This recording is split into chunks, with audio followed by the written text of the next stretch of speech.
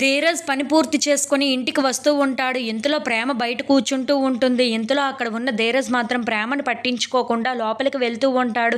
ఎంతకీ door open అవ్వకపోవడంతో ఒక్కసారిగా shock అయిపోతూ ఉంటాడు. ఇదేంటిది, డోర్ ఓపెన్ అవ్వటం లేదేంటి అని చెప్పేసి అయితే అడుగుతూ ఉంటాడు. ఆ మాటలు వినగానే అక్కడ ఉన్న ప్రేమ అయితే ఆ రాజమాత ఉంది కదా శ్రీవల్లి, ఆ వల్లి చేసిన పనే ఇదంతా. ఉదయాన్నే మనకి కండిషన్స్ పెట్టింది కదా, ఆ రూల్స్ని బట్టి ఇప్పుడు క్లోజ్ చేసేసింది డోరు అని చెప్పేసి అయితే అంటూ ఉంటుంది. ఆ మాటలు వినగానే అక్కడ ఉన్న ధీరజ్ అయితే ఒక్కసారిగా షాక్ అయిపోతూ ఉంటాడు.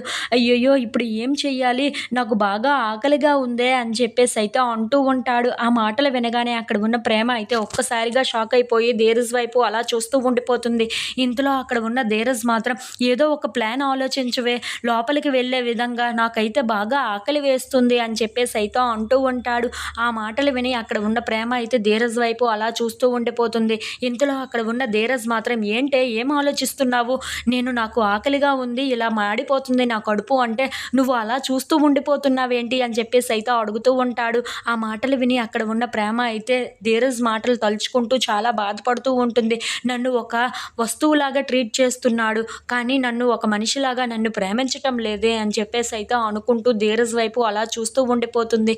ఇంతలో అక్కడ ఉన్న ధీరజ్ మాత్రం ఇప్పుడు ఏం చెయ్యాలి, నాకు బాగా ఆకలి వేస్తుంది అని చెప్పేసి అయితే చాలా బాధపడుతూ ఉంటాడు. ఆ బాధని చూసి తట్టుకోలేక ప్రేమ ఏదో ఒకటి చెయ్యాలి ధీరజ్ ఆకలి తీర్చడానికి అని చెప్పేసి అయితే ఏదో ఒకటి ఆలోచిద్దామని చెప్పి ఆలోచిస్తూ ఉంటుంది. If you like this video, please like, share and subscribe friends.